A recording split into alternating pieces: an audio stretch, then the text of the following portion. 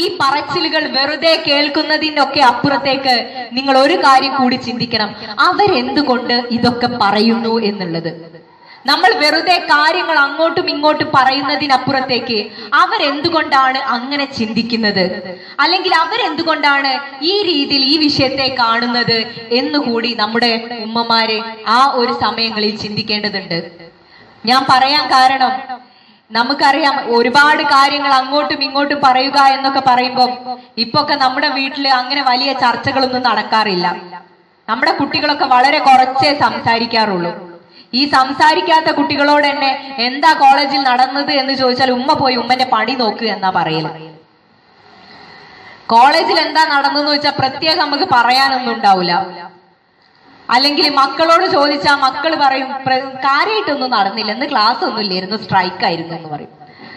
അപ്പൊ സ്ട്രൈക്ക് കഴിഞ്ഞിട്ട് വൈകുന്നേരം 4 മണിക്ക് വരുന്ന കുട്ടിയോട് നീ അതുവരെ എവിടെയായിരുന്നു, അല്ലെങ്കിൽ നീ അതുവരെ എന്തൊക്കെ ചെയ്തു എന്ന് ചോദിക്കാൻ ഉമ്മമാർക്ക് ഇപ്പോ പലപ്പോഴും പറ്റാറില്ല എന്നുള്ളതാണ് സത്യം.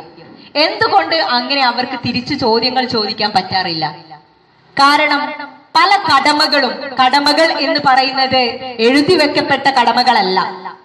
അതിനപ്പുറത്തേക്ക് നമ്മൾ നിത്യജീവിതത്തിൽ ചെയ്യേണ്ട, നമ്മൾ പുലർത്തി പോരേണ്ട പല കാര്യങ്ങളും നമ്മൾ ചെയ്യുന്നില്ല. ചെറുപ്പം മുതലേ നമ്മൾ നമ്മുടെ കുട്ടികളെ വളർത്തുമ്പോൾ പാകപ്പെടുത്തിയെടുക്കുന്ന മനസ്സുകൾ നമ്മുടെ അരികിൽ, നമ്മുടെ ഹൃദയത്തിന്റെ ചൂട് പറ്റി വളരുന്ന മക്കളെ എന്നും ഹൃദയത്തോട് അടുപ്പിക്കാൻ നമ്മൾക്ക് പറ്റണം. അത്തരം മക്കൾ നമ്മളോട് എല്ലാ വിഷയങ്ങളും തുറന്നു പറയും. അവരുടെ കാര്യങ്ങൾ, അവരുടെ വിഷമങ്ങൾ, അവരുടെ സങ്കടങ്ങളൊക്കെ തുറന്നു പറയും.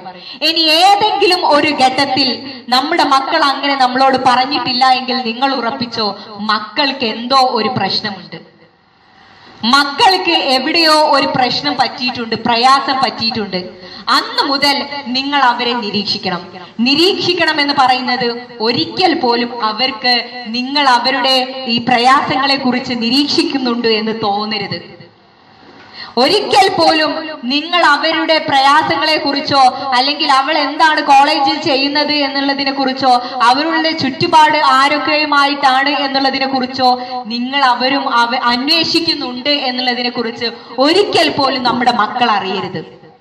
കാരണം അതിനൊരു വിദ്വേഷത്തിന്റെ രീതിയിൽ നിങ്ങളെ ശത്രുക്കളായിട്ട് കാണുന്ന ഒരു തരം മാനസികാവസ്ഥയാണ് അവിടെ രൂപപ്പെടുന്നത് എന്ന് നിങ്ങൾ മനസ്സിലാക്കേണ്ടതുണ്ട്.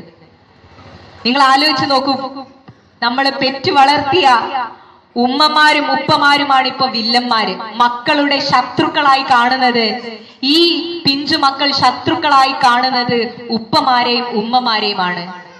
ഇതൊക്കെ കഴിഞ്ഞിട്ട് അവർ ഇങ്ങനെ, നമുക്കറിയാം നമ്മുടെ നാട്ടിലൊക്കെ ഇപ്പൊ സംഭവിച്ചുകൊണ്ടിരിക്കുന്ന കാര്യങ്ങൾ, ഇങ്ങനെ ഇറങ്ങിപ്പോയ വീടുകളിലുള്ള ഉമ്മമാരുടെയും ഉപ്പമാരുടെയും കണ്ണീര് അവർക്ക് ഏതെങ്കിലും അവരുടെ ജീവിതത്തിൽ അധികം വൈകാതെ തന്നെ അവർക്ക് ബോധ്യപ്പെടും എന്ന് പറയാറുണ്ട്.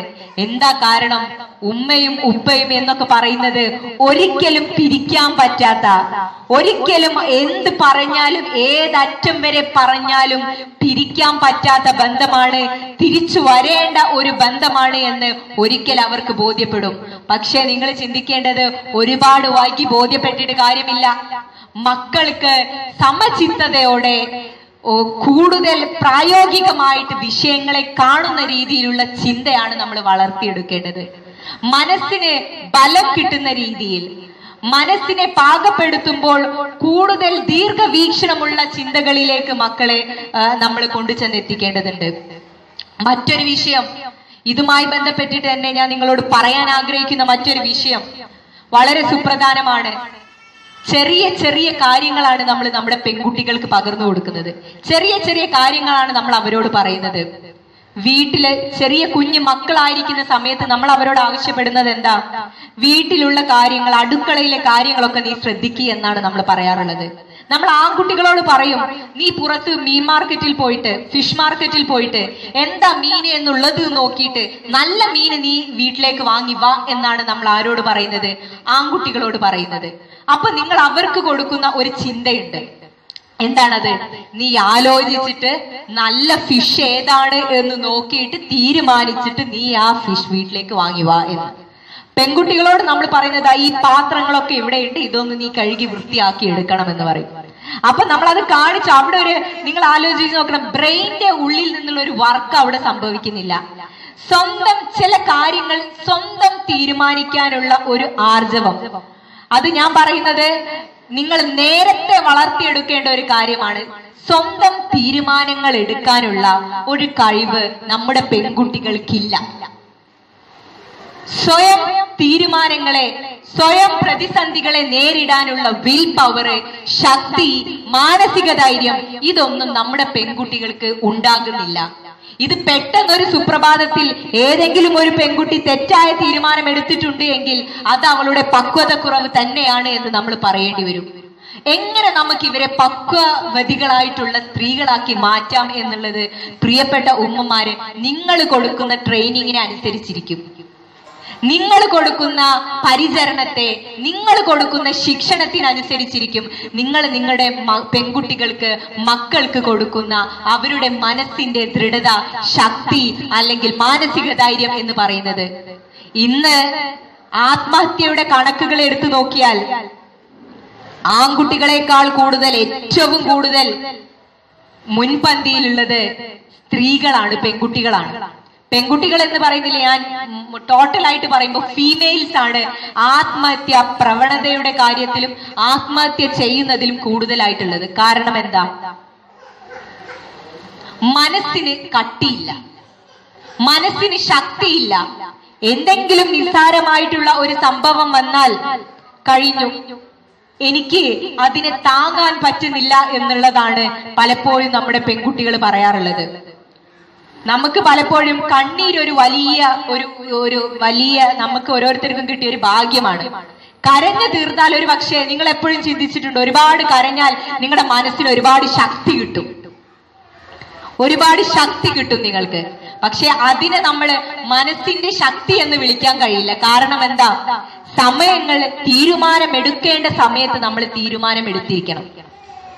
അത് കുറച്ച് കഴിഞ്ഞെടുത്തിട്ടുള്ള തീരുമാനമാണ് എങ്കിൽ ഒരു പക്ഷെ അതിനെ നമുക്കൊരു തീരുമാനമാക്കി കണക്കാക്കാൻ പറ്റില്ല. കാരണം സമയത്തിനും സന്ദർഭത്തിനും അനുസരിച്ചിട്ടുള്ള തീരുമാനങ്ങളായിരിക്കണം എപ്പോഴും എടുക്കേണ്ടത്.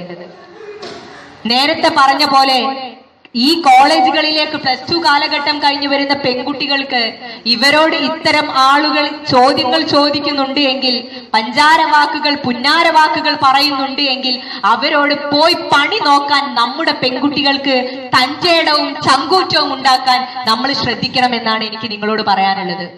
എന്നിട്ട് തിരിച്ച് വീട്ടിൽ വന്നിട്ട് ഉമ്മ ഇന്ന ആളിനോട് ഇന്ന രീതിയിൽ സംസാരിച്ചിട്ടുണ്ട് എന്ന് പറയുമ്പോൾ നിങ്ങൾ അവിടെ നിന്ന് കത്തിയും കൊടുവാളും എടുക്കുന്നതിന് പകരം അവളെ നിങ്ങൾ ശ്ലാഘിച്ചുകൊണ്ട്, അവളെ നിങ്ങൾ പ്രോത്സാഹിപ്പിച്ചുകൊണ്ട് നിങ്ങൾക്ക് പറയാൻ പറ്റണം, അത് തന്നെയാണ് നിനക്ക് കിട്ടിയ ഏറ്റവും നല്ല കഴിവ് എന്നുള്ളത്. നിങ്ങളുടെ മക്കളെ അപ്രിഷിയേറ്റ് ചെയ്തുകൊണ്ട് നിങ്ങൾക്ക് പറയാൻ പറ്റണം.